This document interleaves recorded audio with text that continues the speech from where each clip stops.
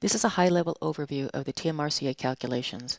This system of calculations is based on methods developed by Dr. Anatole, a DNA cancer researcher, former Harvard professor of biochemistry, and founder and chief scientist of Galectin Therapeutics, Incorporated. This is a case study specifically for the L270 for tested members only.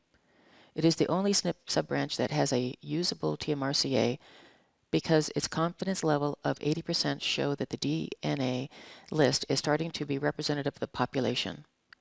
The goal of the TMRCA, which is the time to the most common ancestor, is to find the common ancestor haplotype. This is achieved panel by panel, looking for rows that are the same and therefore have not changed, labeled as the A haplotype. In order to qualify as a haplotype in the subsequent panels, the previous panel needs to have selected the same unchanged row. Although there may be multiple haplotype rows in each panel, there is only one for the entire subdataset, and that is the common ancestor. The TMRCA only seeks to measure the common ancestor based on the entries included on that specific worksheet. If the entries are for a subset of another SNP, additional analysis needs to be completed. First, let's take a look at the entire TMRCA worksheet, which includes a list of member Y-DNA for panels 12, 25, 37, and 67 markers.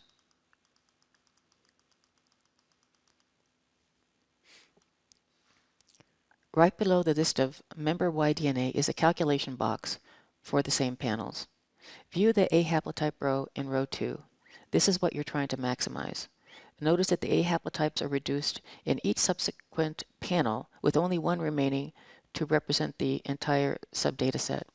So the algorithm finds a row that is the most common row that is unchanged, and all the rows that match it are colored in light green, and the deviations or the mutations are in gray. Moving on to panel 25, another A haplotype row for that particular panel is chosen. And notice that not all the same rows continue on as an A haplotype, so the number is being reduced. And the third A haplotype row in panel 37, the same with only 2 A haplotype rows. And then in the 67 marker panel, only a single A haplotype row, which is the common ancestor. Notice the functions at the top: clear data, format reset data, count member mutations. And then in the calculation box, you see the buttons auto count 12 and count only duplicated in the panels 25, 37, and 67. The auto count 12 will run an algorithm to find the A haplotype row and counts the mutations from that row. The possible choices are very great, and the auto count handles most. However, sometimes you will need to intercede and choose a better A haplotype row on occasion. In this case, you simply update the A haplotype row manually and run the auto count only button for that panel. Within the calculation box, you have the B haplotypes, which counts the rows, which is done automatically, mutations, which is done automatically, logarithmic method, linear method. Here is the margin of error, back mutations, and the confidence level. This system of calculations is meant to be used as a system. This worksheet shows a completed calculation box. Before we build the calculations from scratch, I want you to see what to expect. Then we'll erase all this work and build the worksheet from the beginning. The bottom line is that the confidence level enables you to use a sample rather than the population, which often is unavailable, and shows you how the sample measures the population. It uses a logarithmic formula over the linear formula. If it's greater than or equal to 80%, then the sample is beginning to be representative of the population. If less than 80%, you'll need to add more Y-DNA that is representative of this population. The best outcome is to have as many A haplotype rows in panels 12, 25, 37, and 67, and have the fewest number of mutations. So before we start from scratch, let's write down the result of this particular set. So panel 12, the confidence level is 100%. For panel 25, it's 87%. For panel 37, it's 85%. And for panel 67, it is 84%. Now moving on to the summary calculation box.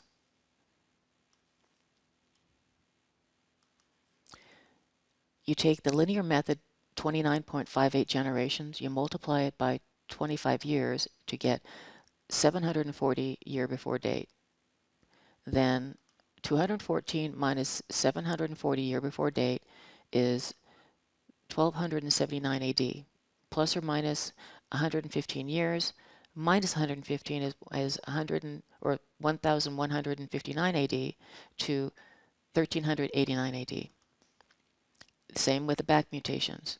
Right here from 775 to 14, 775, you have 1239 AD, plus or minus 115 years gives a range of 1124 AD to 1354 AD. So we'll now start from scratch and we'll clear data.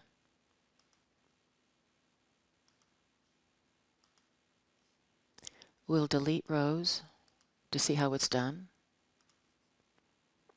And then we need to go to the worksheet with all the dataset information. In this particular case, it's based or placed in phylogenetic tree order. So you put an equal sign. You go to that worksheet, which is the cYDNA tree, and the L270 starts with Cornelius Gates, or Cornelius Sullivan. I believe he also is Gates. And that is kit number 24065, and it ends in 295125. So put your cursor on the actual kit number, and we'll return to the actual page. We'll need to add more rows. We'll drag and drop. Let's see. Drag and drop and populate.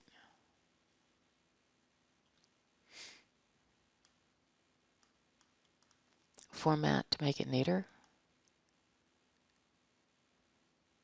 So now the end of the row is 295125, and we'll delete the rest.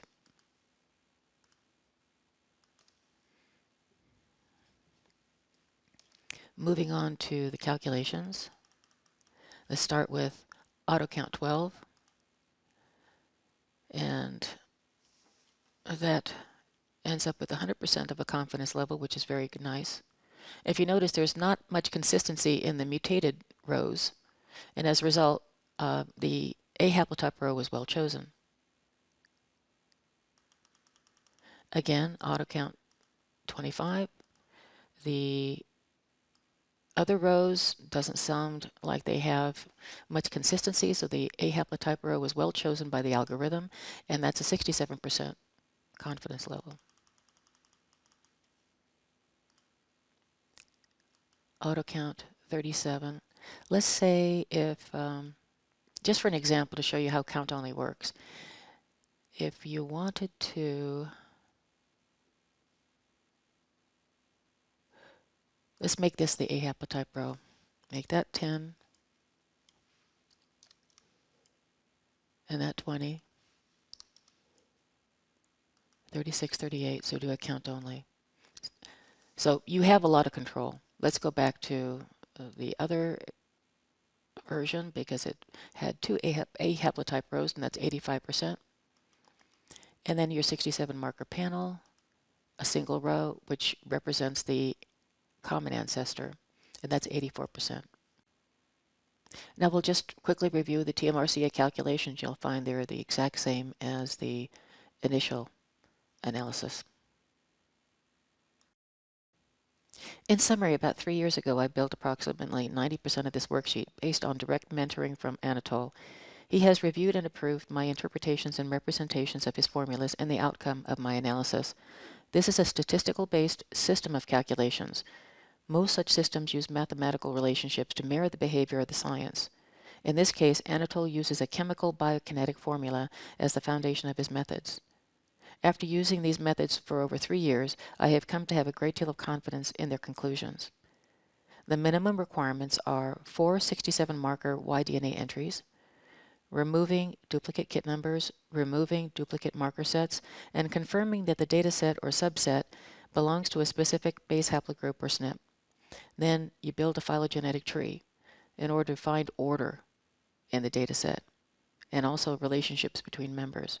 I find that if I place the data set in without being put into a phylogenetic tree order, that the calculations are usually quite old.